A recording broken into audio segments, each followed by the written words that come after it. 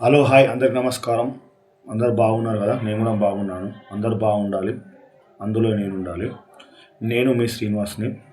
ఇప్పుడు మీతో ఒక విషయం మాట్లాడాలని అనుకుంటున్నాను. ముఖ్యంగా ఏంటంటే, అందరూ అన్నిదా తప్పుగా భావించవద్దండి.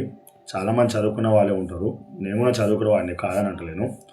అయితే విషయం ఏంటి అంటే, ఈ నేటి ఆధునిక కాలంలో ఇప్పుడు నేను ఈరోజు ఇంత ముందుగా చూసినటువంటి ఒక ముఖ్యమైన విషయం ఏంటంటే, నేను మీతో పంచుకోవాలనుకుంటున్న విషయాన్ని. అది ఏంటి అంటే, ముఖ్యంగా ఒక అతను లక్షల 50,00,000 ఎంతనో, మరి అంత లేదు ప్యాకేజ్ కూడా అన్నాను అది.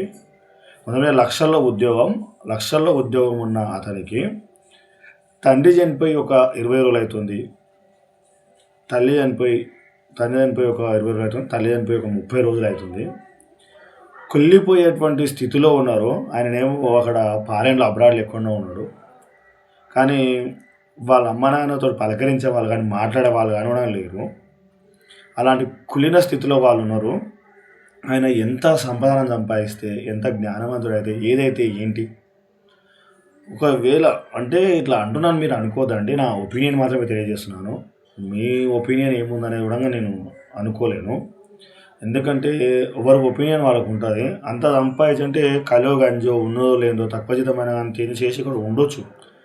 అని ఉండొద్దని అంటలేను. కానీ కనీసం మన తల్లిదండ్రికి మనం చిన్నప్పుడు అన్ని రకాలుగా పనులు చేసి, మనల్ని పెంపు చేసి, పెద్దవారిని చేసి, చదివించి, ఒక ఉన్నత స్థానంలో తీసుకెళ్ళినటువంటి వారికి మనము చివరి దశలో చరమాంకంలో, వృద్ధాప్యంలో వాళ్ళకి తోడు లేకపోతే, వాళ్ళని చూసుకోకపోతే, మనం ఎంత డబ్బు సంపాదించినా, ఎంత ఆస్తుపాస్తులు సంపాదించినా కానీ వృధానే అది. ఎందుకంటే వాళ్ళని చూడలేనిది, వాళ్ళని చేయలేనిది, నీ దగ్గర సంపాదన అనేది కనీసం నోటి మాటకు నోచుకోకుండా, కనీసం చివరి చూపుకు నోచుకోకుండా కుళ్ళినటువంటి స్థితిలో ఉండడం అంటే, ఈ సమాజం ఎటెళ్తుందో మీరు ఒకసారి ఆలోచన చేయండి. నేనైతే ఈ ఒపీనియన్ ఏందంటే మీతో పంచుకున్నాను అంతే. ఇప్పుడే కొద్దిసేపటి క్రితం ఇది సోషల్ మీడియాలో చూడడం జరిగింది. ఎందుకంటే మనం ఇంత విజ్ఞాన కాలంలో ఉన్నప్పుడు అజ్ఞానంలో ఉండొద్దు.